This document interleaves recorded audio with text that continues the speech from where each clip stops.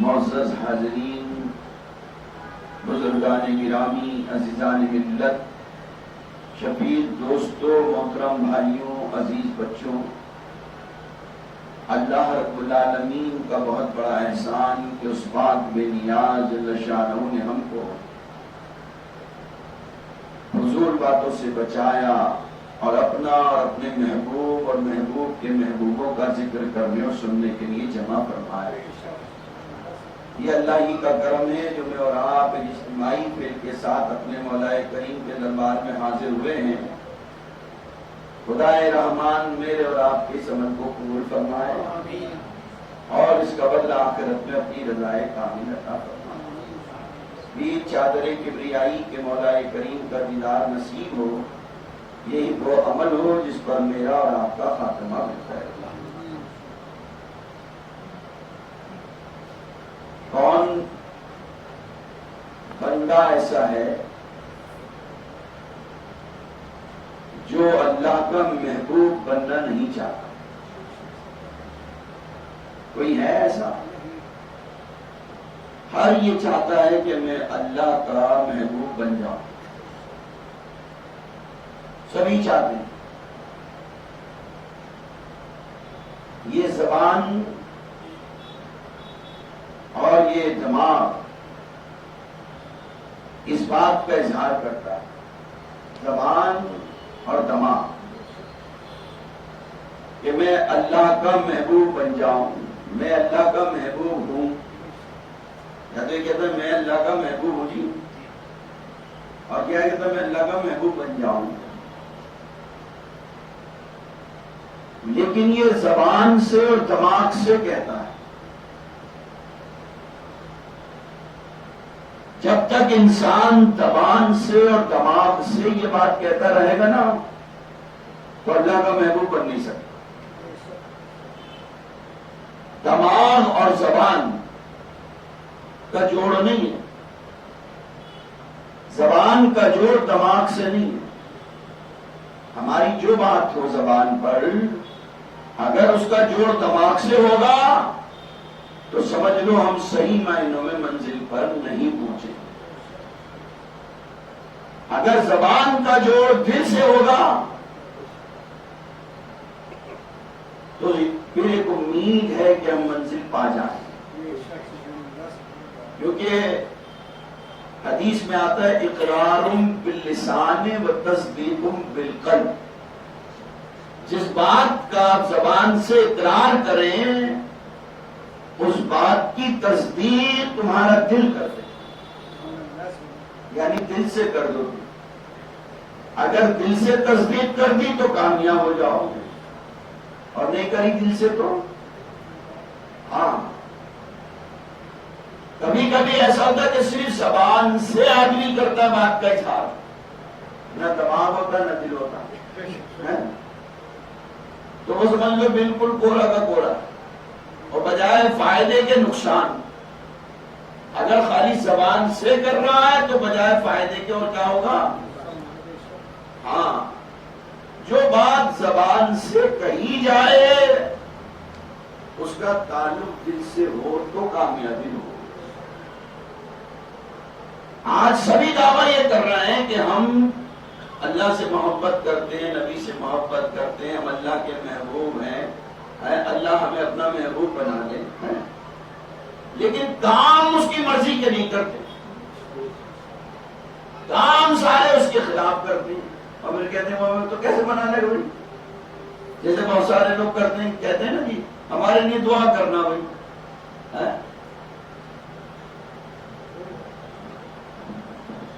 ہمارے لیے دعا کرنا۔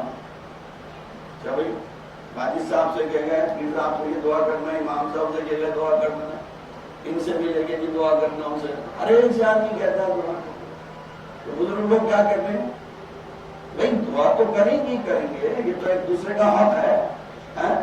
اگر مومن ہے تو مومن کے لیے دعا ضرور کرے گا، آپ اس سے کہیں نہ کہیں، کیونکہ حدیث میں آتا ہے کل مومن محتاج دعا، مومن کی دعا کا یعنی حق ہے مومن کا مومن پر جو اس کے لیے خیر کی دعا کرے گی، اس کا حق ہے، مسلمان پر حق ہے کہ اس کے لیے اگر دنیا میں ہے تب بھی اور دنیا سے چلا گیا۔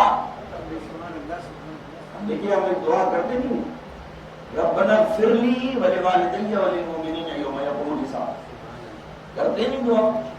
امام صاحب نماز کے بعد کرتے ہیں، پیر صاحب بھی کرتے ہیں، خطیب بھی کر رہا ہے، تقریر و دعا۔ اب یہ دعا پہ غور کر لیں، یہ دعا کون کر رہا ہے؟ ربنا اغفر لی ولوالدی۔ حضرت ابراہیم علیہ السلام دعا کرتے ہیں، کون کرتے ہیں؟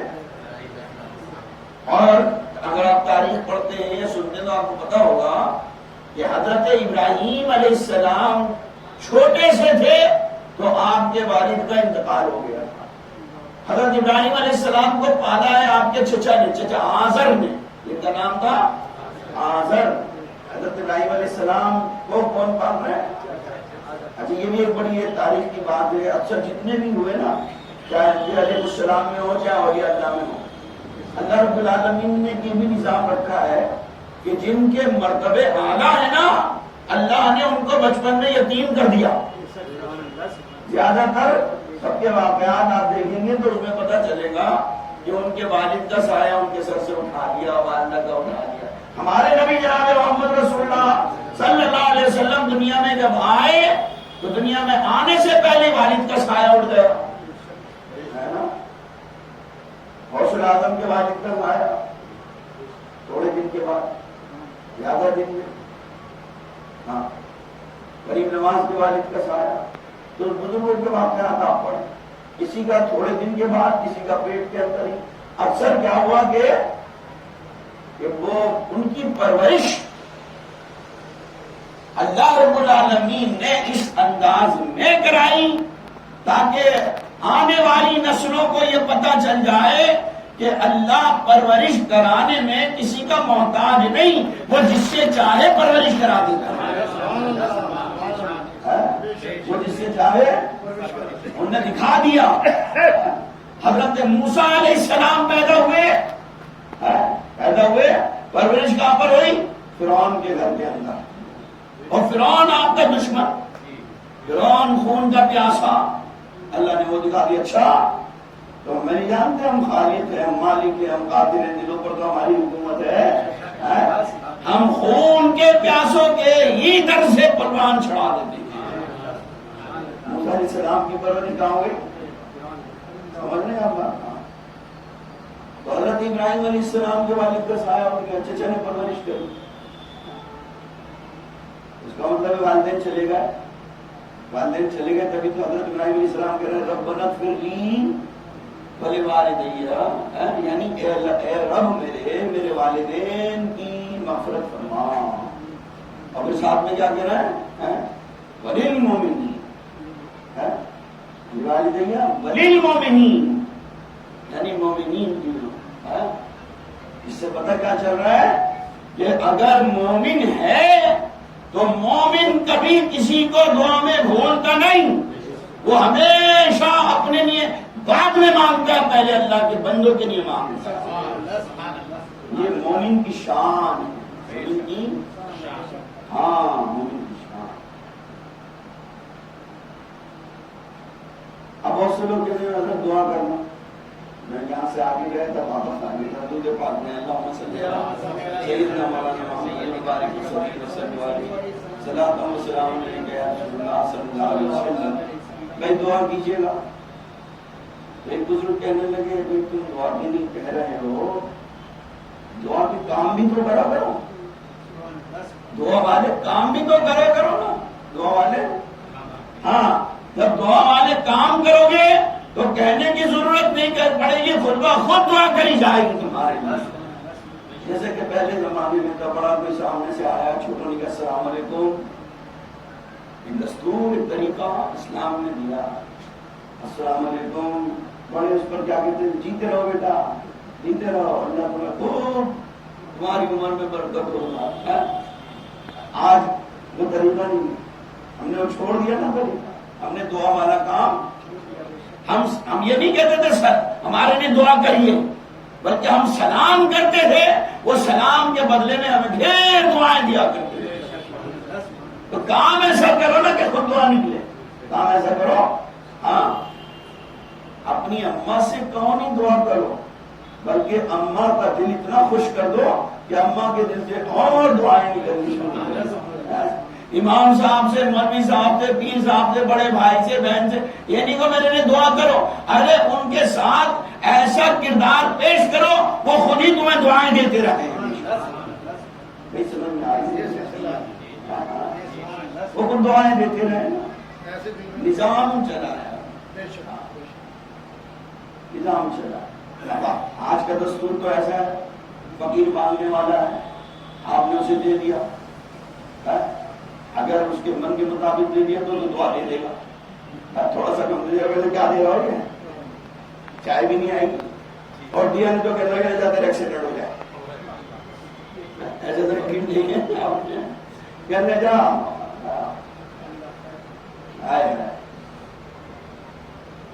تو مطلب اس سے جواب یہ نہیں کر رہا ہے، کام بھی دعا والے کرو گے، یہ نوبت نہیں آتی۔ بعض ہم لوگ سائلوں کو دھکار دیتے ہیں، اللہ فرما رہا ہے وَأَمَّا السَّائِلَ فَلَا تَنْهَرْ، تمہارے دروازے پہ کچھ سائل آ جائے نا تو اس کو کبھی دھکارنا نہیں، جھڑکنا نہیں، کیا معلوم اللہ اس کے ذریعے تمہیں آزما رہا ہے، کیا معلوم تمہارے، ہاں یہ سارا جو ماحول رچا ہوا ہے نا اس میں زیادہ تر اللہ کی طرف سے ہماری آزمائش ہوتی ہے۔ اگر اللہ کا حکم ہے نماز پڑھنا، اگر کوئی نماز پڑھ رہا ہے تو اللہ نماز کے ذریعے بھی ہمیں آزما رہا ہے۔ تم یہ نماز اللہ کو راضی کرنے کے لیے پڑھ رہے ہو یا صرف دنیا کی ضرورتیں پوری کرنے کے لیے پڑھ رہے ہو؟ میرا کام ہوتا رہے، میرا کام چلتا رہے، میرا کام چلتا رہے۔ اسی طرح پر یہ قربانی ہوگی، بڑے بڑے بکرے لاؤ گے، مہنگے بھی لاؤ گے، کوئی سستا بھی لائے گا، جس کی تو توفیق ہے، تو وہاں پر بھی یہی ہے، اللہ کا حکم پورا کرنا ہے، قربانی کرنی ہے، لیکن اس کے پردے میں کیا بات چھپی ہوئی ہے؟ اللہ تمہارے مہنگے اور سستے کو نہیں دیکھے گا، اللہ تمہاری نیت کو دیکھے گا، تم نے دنیا کے نام کے لیے کری ہے یا مجھے راضی کرنے کے لیے کری ہے۔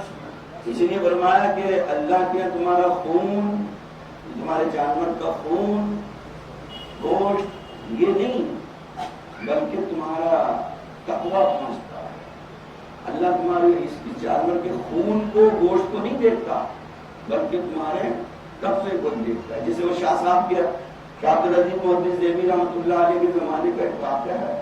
شاہ صاحب کے والد گرامی شاہ ولی اللہ لکھتے ہیں کہ ان کے والد ہر سال 12 ربیع الاول شریف میں میلاد شریف کی محفل کرا کرتے تھے اور بڑے شان سے کرا کرتے تھے۔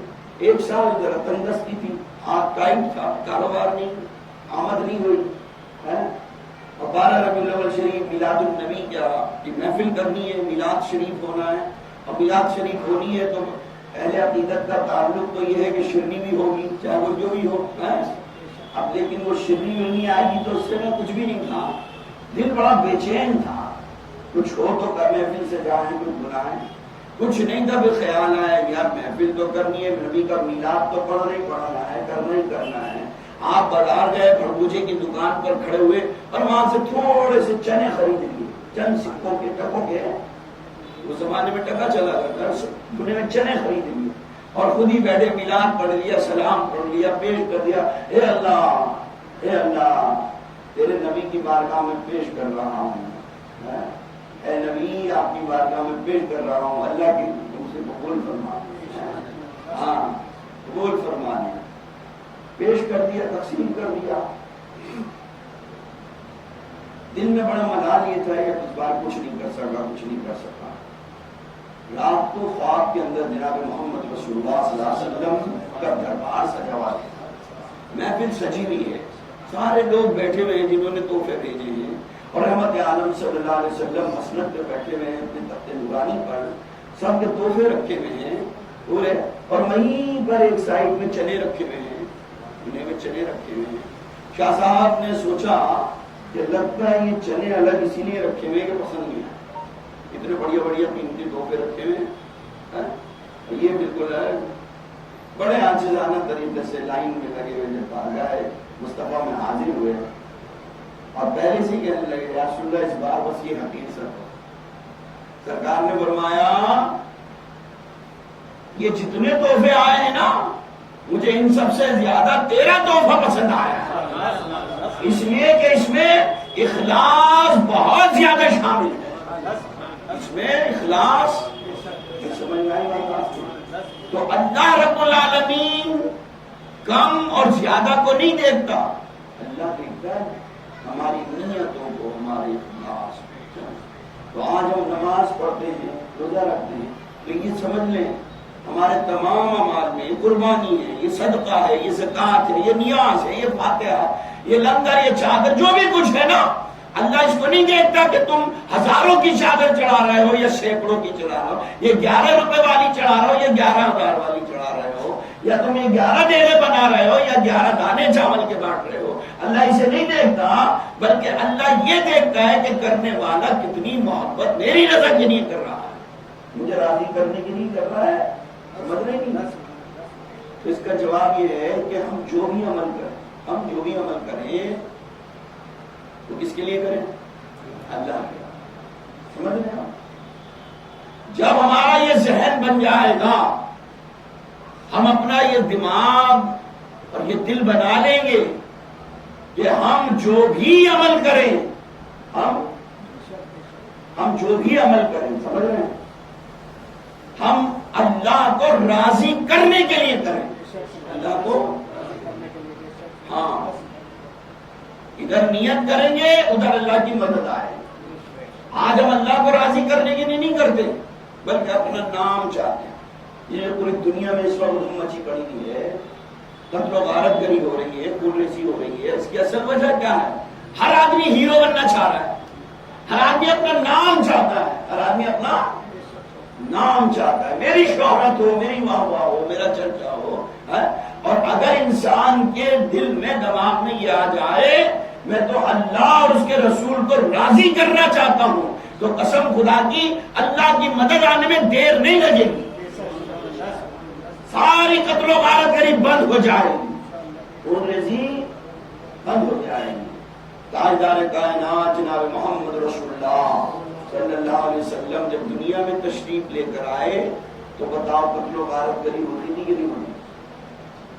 اسلام کا مجاز دیکھ لیں پہلے، ہر چیز میں آزمائش چھپی ہوئی، قتل و غارت گری عام تھی، بالکل عام۔ رحمت عالم صلی اللہ علیہ وسلم نے دنیا میں جب تشریف لائے تو سب سے پہلے قتل و غارت گری کو ہی مٹایا۔ آپ تاریخ پڑھ لیں، سنتے ہیں، آپ میلاد شریف بھی سنتے ہیں، تقریر بھی سنتے ہیں، آپ کو معلوم ہے کہ جب حضور دنیا میں تشریف لائے تو سب سے پہلا کیا ہوتا تھا؟ لڑکیوں کو زندہ درگور کر دیا جاتا تھا، لڑکیوں کو قتل کرا جاتا تھا، مارا جاتا تھا نا، خون ریزی تھی۔ انسان اتنا متکبر ہو چکا تھا کہ اپنی بات کو اونچا رکھنے کے لیے قتل و غارت گری، خون ریزی کرتا تھا۔ اسلام جب دنیا میں آیا، پیغمبر اسلام جناب محمد رسول اللہ صلی اللہ علیہ وسلم جب دنیا میں تشریف لائے تو سب سے پہلے قتل و غارت گری کا خاتمہ کرا، سب سے پہلے کیا کرا ہے نا؟ آج پوری دنیا میں جو قتل و غارت گری ہو رہی ہے، کیوں ہو رہی ہے؟ ہم نے پیغمبر اسلام صلی اللہ علیہ وسلم کا مشن چھوڑ ڈالا، مشن چھوڑ ڈالا۔ ابھی قائم ہو جائے، بڑے بڑے قاتل تھے، لیکن رحمت عالم صلی اللہ علیہ وسلم ان سب قاتلوں کے لیے کیا اپنا ہتھیار پیش کرتے تھے؟ کیا تھا ہتھیار رحمت عالم صلی اللہ علیہ وسلم کا؟ ان قاتلوں کے لیے جس ہتھیار سے انہوں نے ان کو اپنے حلقے میں داخل کرا، وہ کون سا ہتھیار تھا؟ وہ تھا اخلاق کا ہتھیار، وہ تھا صبر کا ہتھیار۔ صبر کرتے رہے اور لوگوں کے دلوں سے وہ تمام قتل و غارت گری کا جو غبار تھا نکلتا چلا گیا، اور اس وقت قاتل جتنے بھی تھے نا وہ وقت کے رہبر بن کے چمکتے چلے گئے، سارے قاتل وقت کے کیا بن گئے؟ رہبر بن گئے۔ بھائی حضرت عمر کا واقعہ تو آپ کے سامنے بڑا مشہور ہے نا، کوئی حضرت عمر اسلام میں داخل ہونے آ رہے تھے؟ اسلام میں داخل ہونے آ رہے تھے؟ نہیں، وہ تو نبی کو قتل کرنے آ رہے تھے، گھر سے جو چلے تھے اسلام قبول کرنے کے لیے نہیں چلے تھے، بلکہ کہنے کے لیے ہاں نبی پاک صلی اللہ علیہ وسلم کو قتل کرنے کی، سمجھ رہے ہیں آپ؟ ہاں لیکن اللہ اکبر، جب رحمت عالم صلی اللہ علیہ وسلم کے اخلاق اور آپ پر نازل ہوا کلام حضرت عمر کے کانوں میں پڑا اور اخلاق محمد رسول اللہ صلی اللہ علیہ وسلم کو سنا، تو وہ وقت کے قاتل جو تھے نا، جو قتل کے ارادے سے آئے تھے، رحمت عالم صلی اللہ علیہ وسلم کے جب سائے کے اندر آئے، عالم یہ ہو گیا کہ وقت کے اتنے بڑے صحابی بن کر چمکے کہ آسمان کے ستاروں کی ساری نیکیاں کم نظر آتی ہیں ان کی نیکیوں کے سامنے۔ آسمان کے ستارے کتنے کوئی گن سکتا ہے؟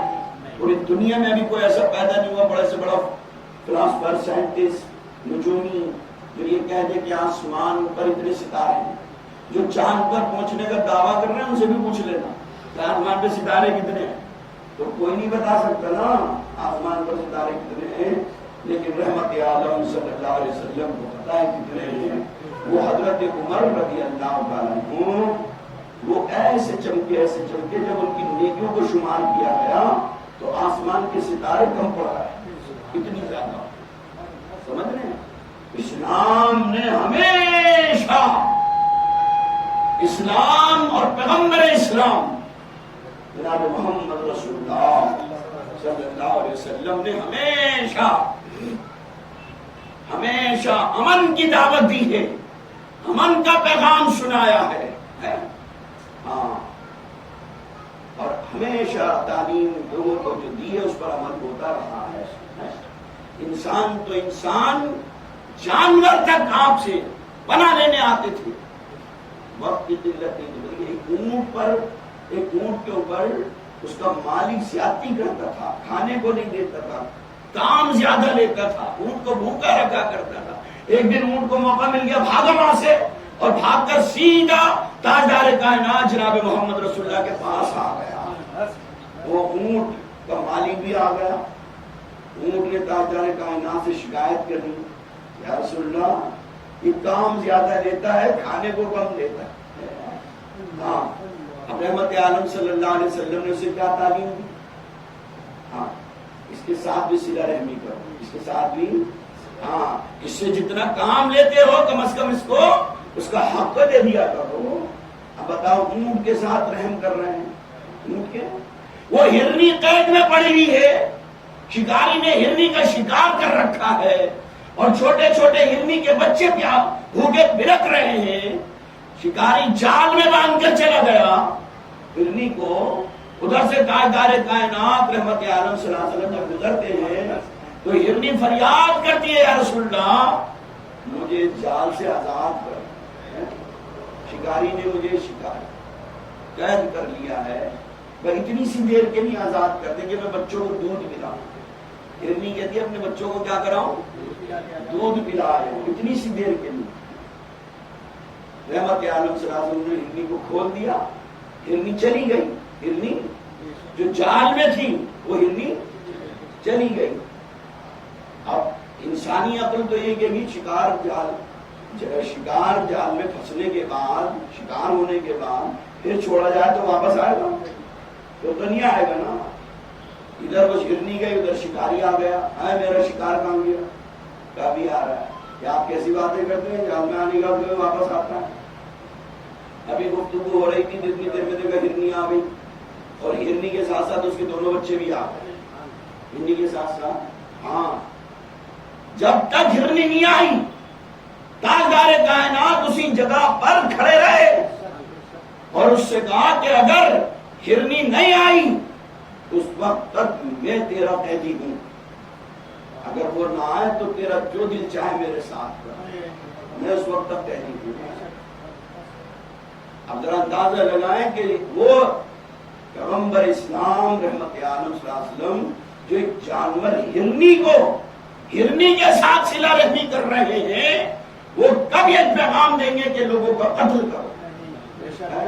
جو جانوروں کے ساتھ صلہ رحمی کر رہے ہیں، جانوروں کے ساتھ آزادی کر رہے ہیں، ان کو آزاد کر رہے ہیں۔ ارے قربانی کے دن جب جانور ذبح کرو تو رحمت عالم صلی اللہ علیہ وسلم نے کتنی حسین تعلیم دی ہے کہ ایک جانور کو جب ذبح کر رہے ہو اور اس کے گلے پہ چھری چل رہی ہو نا تو دوسرے جانور کو وہاں سے ہٹا دینا، دوسرے جانور کو وہاں سے، ہاں یعنی جانور دوسرے جانور کے گلے پہ چھری چلتی ہوئی نہ دے، سمجھ رہے؟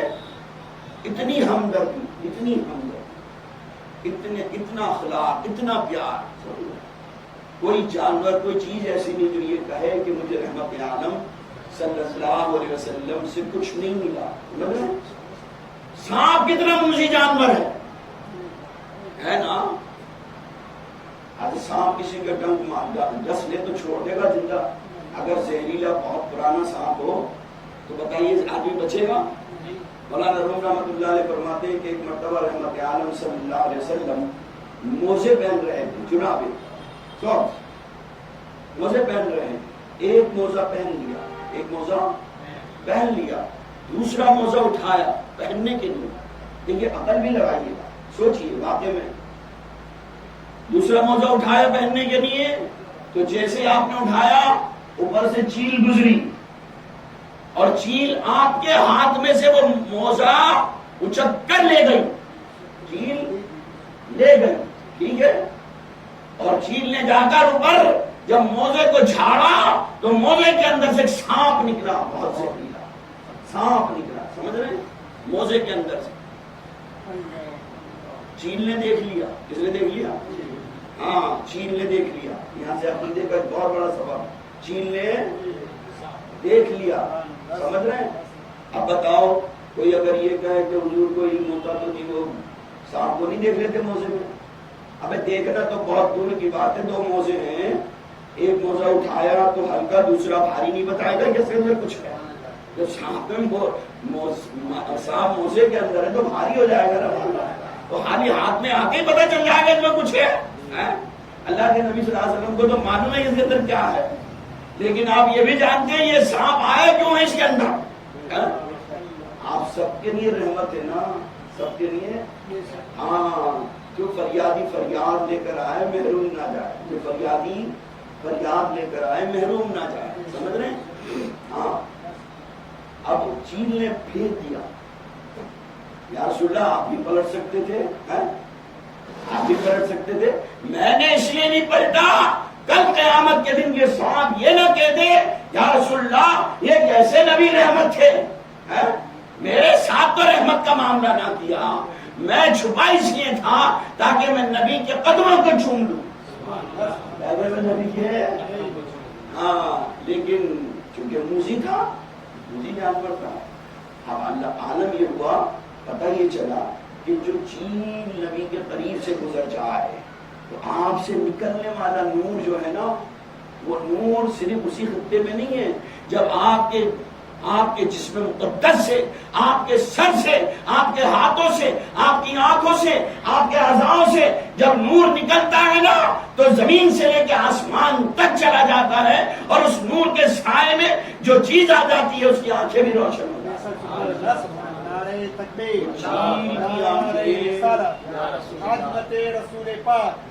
وہ چیل کی آنکھیں اتنی روشن ہو گئی کہ چیل کو موزے کے اندر کا سانپ نظر آ گیا، یہ نبی کے نور کا صدقہ تھا، سانپ نظر آ گیا، سمجھ رہے ہیں؟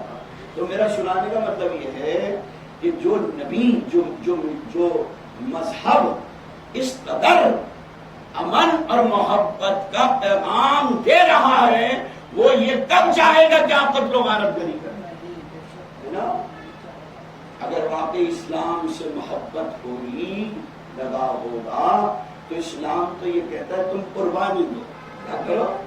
اسلام قربانی چاہتا ہے، اسلام ہاں ملو اللہ کے لیے تو لڑو، ہاں تو اللہ کے لیے لڑنا تو ہمارا کمی ہوتا ہے نا، ہمارا نفس غالب ہے، ہماری دنیا غالب ہے، ہماری زمین غالب ہے، ہمارے مکان غالب ہے، دکان غالب ہے، جائیداد غالب ہے، ہم جو لڑ رہے ہیں سب دنیا کے لیے لڑ رہے ہیں، اپنی بابا کے لیے لڑ رہا ہے، اپنا نام اونچا کرنے کے لیے، اپنی شہرت کے لیے ہمارا چرچا ہو جائے، ہے نا؟ تو کوئی نہیں لڑ رہا میں، اب یہ جمع میں بولوں تو کسی بھی مذہب نے نہیں دی یہ دعوت، کیونکہ ہم تو اسلام کے ماننے والے اسلام کی بات کر رہے ہیں، لیکن اگر کل مذاہب میں دیکھیں گے تو مذہب کا معاملے میں تو یہ ہے کوئی مذہب نہیں کہتا کہ قتل و غارت گری ہے. ہر مذہب کے پیشوا، ہر مذہب کا رہبر، ہر مذہب کا اوتار یہی کہتا ہے کہ میل محبت سے رہو. اور آپ کو پہلی کلاس سے سبق سنتے ہوئے آپ نے وہ ترانہ سنتے ہیں، مذہب نہیں سکھاتا آپس میں بیل رکھنا. یہ تو سبق پہلے دن سے چل رہا ہے. مذہب نہیں سکھاتا آپس میں بیل رکھنا. کوئی مذہب نہیں سکھا. تو جب کوئی مذہب نہیں سکھاتا تو یہ جو باتیں اٹھ رہی ہیں کیوں اٹھ رہی ہیں؟ اس کا مطلب یہ ہے کہ یہ مذہب کے لیے نہیں لڑ رہا ہے، یہ اپنی شہرت کے لیے اپنے کام آتے ہیں. اسی لیے اللہ کی رضا کے دروازے نہیں کھل رہا ہے. اگر اللہ کے رضا کے لیے آپ کچھ کام کریں گے تو اللہ کی مدد ایسے آئے گی، اللہ اپنا محبوب بنا لے گا. اور جب اللہ اپنا محبوب بنائے گا تو جن کو اللہ اپنا محبوب بنا دیتا ہے تو پھر عالم یہ ہوتا ہے کہ وہ پھر دنیا کے اوپر راج کرنے والے بن جاتے ہیں. خواجہ صاحب کو اپنا محبوب بنایا، راج کر رہے ہیں. 800 سال ہو گیا، آج بھی لوگ ان کے نام کے دیدار ہے نا. ہاں اللہ اکبر. تو جو مذہب اتنا پیارا ہے، جو پیغمبر اتنے پیارے ہیں کہ جنہوں نے ہمیشہ، تو ہم پھر کیوں نہ ان پر اپنا جان مال سب کچھ قربان کیا. وہ ہم سے راضی ہو جائیں تو سب کچھ. یہ جن کا مشن ہے وہ خود میں خود عبادت کرنے کے اسباب ہیں. ہاں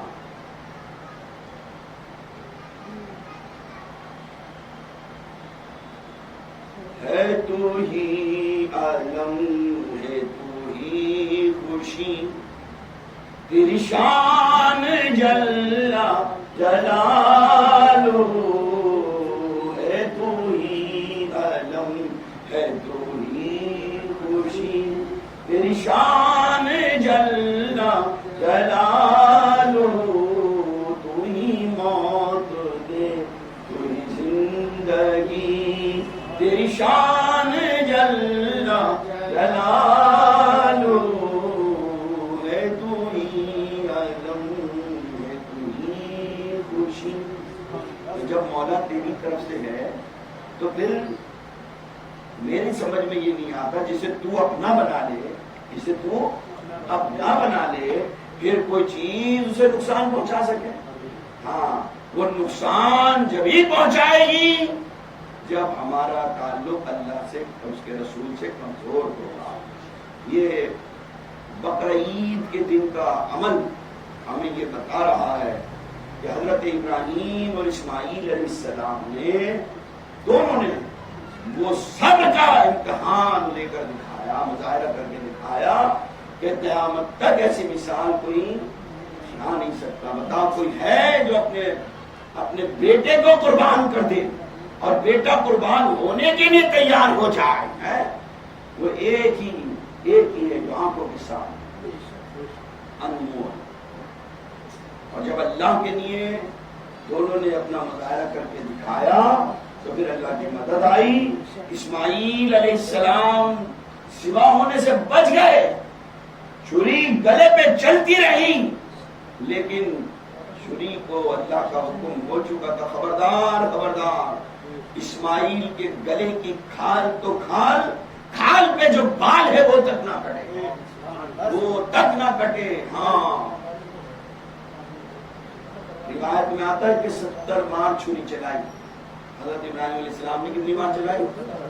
70 بار چھری چلائی، اور پورے جنون کے ساتھ چلائی، پورے جوش کے ساتھ چلائی، پوری طاقت کے ساتھ چلائی. سمجھ رہے ہیں آپ بات؟ لیکن چھری نے ایک بار بھی اللہ کی مرضی کے خلاف حرکت نہ کری. اللہ کی مرضی کے، ہاں حضرت ابراہیم علیہ السلام نے جھنجھلا کر پھینک دی چھری اور کہہ رہے ہیں کہ چھری کیا بات ہے کہ جو تو کاٹنے نہیں؟ میں کاٹنا چاہ رہا ہوں، تو کاٹنے نہیں.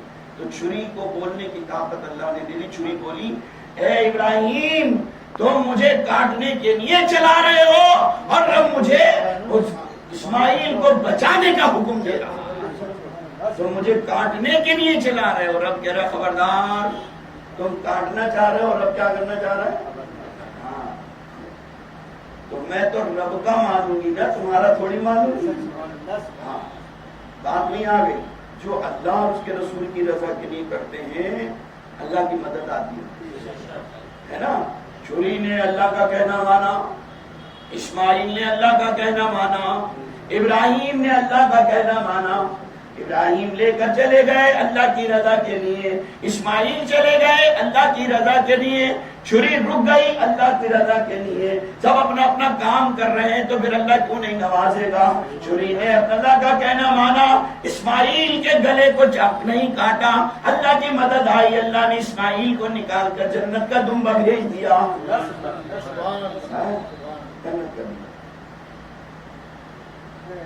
اگر اسماعیل اللہ کو راضی نہیں کرتے، اب یہاں پہ کوئی دعا کرتے تھے اللہ میری جان بچ جائے، میری جان بچ جائے، تو بتاؤ اسماعیل کی تو جان بچ جاتی، اس وقت بچ جاتی. تو بزرگوں کی، اللہ والوں کی، اللہ کے برگزیدہ جو بندے ہوتے ہیں ان کی لب سے نکلتی دعا، وہ بعض روایت میں تو یہ لب سے نکلنا تو دور کی بات ہے، یہ ارادہ کرتے ہیں قبولیت ہو جاتی ہے، دعا ہو جاتی، قبول ہو جاتی، مقبول ہو جاتی. لیکن قیامت تک آنے والے انسانوں کے لیے زحمت ہو جاتی. آج بکرا کاٹنے میں سوچتا ہے تو اولاد کو کیسے نکالے، ہے نا. تو احسان ہوا، یہ احسان ہوا کہ اللہ نے جنت کا لمبا بھیج دیا. اب ہم یہ جانور جب ذبح کریں تو اللہ کی رضا کے لیے. جب جانور کی گردن سے خون گرتا ہے، ہر قطرے کے بدلے میں، ہر قطرے کے بدلے میں اللہ رب العالمین 70 برس کی عبادت کا ثواب تھا. اور ہر بال کے بدلے میں، جو جانور کا بال ہے، ہر بال کے بدلے میں اس کی نام عمل میں 1 سال کی عبادت کا ثواب ہے. جہنم کی آگ حرام کر دیا. جب یہ جانور کو ذبح کرنے والا، قربانی کرنے والا مر کر قبر میں جائے گا اور قیامت کے دن جب قبر کھلے گی تو یہ اپنی قبر کے قریب اس جانور کو کھڑا ہوا دیکھے گا، ایسی حسین شکل کے اندر کہ دیکھتے حیرت میں پڑ جائے گا. سنہری بال اس کے چمک رہے ہوں گے، آنکھیں اس کی سرخ یاقوت کی چمک رہی ہوں گی، خوشبوئیں آ رہی ہوں مشک عنبر کی. یہ کہے گا ارے اے اللہ کی مخلوق میں کھڑے ہونے والے، تیرے سے زیادہ خوبصورت میں نے کسی کو نہیں دیکھا، کون ہے تو وہ جانور کہے گا مجھے نہیں پہچانا، میں وہ قربانی کا جانور ہوں جو تو نے اللہ کی رضا کے لیے ذبح کیا تھا. کل تو نے اللہ کی رضا کے لیے ذبح کیا تھا، آج میں تیری مدد کے لیے حاضر ہوں. اب تجھے میدان محشر کی زمین پر، تپتی زمین پر پیر رکھنے کی ضرورت نہیں، نکل قبر سے میری کمر پر سوار ہو جا. اور وہ جانور اس کو دوڑاتا ہوا لے کر جائے. ایسا مبارک، ایسا. لیکن کب؟ جب اللہ کی رضا کے. بہت مبارک وقت ہے، بہت مبارک ساعت ہے. پیغام اس میں امن کا، چین کا، سکون کا دیا جا رہا ہے. اللہ رب العالمین ہم سب کو نیک عملوں کی توفیق عطا فرمائے اور ہم صبر کرنے والے بنے. ہم جذباتی ہو کر بغیر کسی رہبر کے، بغیر کسی امام کے آگے نہ بڑھیں. جیسے ہمارے رہبر، ہمارا امام کو، ہمارا پیر ہمیں ہدایت کرے، اس پر عمل کریں. اور اگر ایسا نہیں کرو گے، خود جذباتی بن کر آگے بڑھو گے تو مصیبتوں کے دروازے قدم قدم پر کھلے ہوئے ہیں. ہاں دیکھ لو پوری دنیا میں کیا ہو رہا ہے اس وقت. یہ وہ لوگ ہیں جو بغیر کسی رہبر کے آگے بڑھتے ہیں نا، پھر ان کی ہی نہیں بلکہ سب کی بدنامی ہوگی، سب کی. ہاں اپنے رہبروں سے، اپنے جو بھی بڑے ذمہ دار ہیں ان سے مشورہ کرو. تو مشورہ کرنے کے بعد آگے بڑھو، انشاءاللہ پھر کوئی نہ کوئی اللہ کی مدد کے دروازے کھلیں. ورنہ چاروں طرف سے دیکھیے یہ جو رسوائی ہو رہی ہے، یہ جو ہماری بدنامی ہو رہی ہے، یہ سب اصل وجہ یہ ہے کہ ہم خود اپنے آپ میں بڑے بن گئے. ہم وہ اپنے آپ میں ہے نا، مذہب ہمارا اتنا مضبوط ہے، اتنا مضبوط ہے. ہمارے پاس زیادہ نہیں تو خواجہ صاحب کی زندگی تو ہے نا. خواجہ صاحب کتنی بڑی فوج لائے تھے بتانا، کتنی تلواریں لائے تھے، کتنی بندوقیں لائے تھے، کتنی لاٹھیاں لائے تھے. کہاں آئے تھے؟ چند آپ کے ساتھ فقیر لوگ تھے، غریب لوگ تھے، مال بھی نہیں تھا، مال بھی تاریخ میں یہی لکھا ہوا ہے کہ فقیروں کی جماعت بیٹھ گئی، جہاں اونٹ بیٹھتے تھے کون بیٹھ گیا؟ فقیر بیٹھے، فقیر سمجھ رہے ہیں، جن کے پاس کھانے کو بھی نہیں، جن کے پاس جن کے پاس کھانے کو بھی نہیں تھا، تو وہ جن کے پاس کھانے کو نہ وہ لڑیں گے، لیکن ان کے پاس کچھ بھی نہیں تھا، ظاہری کوئی اسباب نہیں تھا، لیکن ان کے پاس طاقت تھی ایمان کی، وہ ظلم کا جواب شروع سے نے دیا، صبر کرا، کیا کرا؟ صبر کیا، صبر کے بعد جب دیکھا تو اللہ کی مدد آ گئی، کل جو مخالف تھے وہ دوست بن گئے، جو اس وقت دشمن تھے وہ سارے ہمدرد بن گئے، اللہ نے انہی میں سے اپنے ہمدرد اور محبت کرنے والے کھڑے کر دیے، آج بھی وہی ہو جائے گا انشاءاللہ، ان کی حمد کرے، اور اس بات کو دھیان رکھے، ہم خاک نشینوں کو حقارت سے نہ دیکھو، بیٹھے ہیں زمین پر سارے افلاک گزر ہے، بیٹھے ہیں زمین پر سارے افلاک گزر ہے، اے دیکھنے والے تیری پھولوں پہ نظر ہے، کانٹوں سے الجھنا سارے راہ گزر ہے، کانٹوں سے الجھنا سارے راہ گزر ہے، منزل کا ٹھکانہ ہے نہ رستے کی خبر ہے، درپیش مسافر کو قیامت کا سفر ہے، درپیش مسافر کو قیامت کا سفر ہے، اے دیکھنے والے تیری، ہم اپنا مزاج بدلیں، صبر سے کام لیں، اتحاد قائم کریں، اپنے بڑوں کے اپنے بزرگوں کے مشورے پر عمل کریں، انشاءاللہ اللہ رب العالمین آپ کو ضرور کامیابی عطا فرمائے، انشاءاللہ ضرور اللہ کی مدد آئے گی، اللہ مجھے اور آپ کو سب کو نیک عملوں کی توفیق عطا فرمائے۔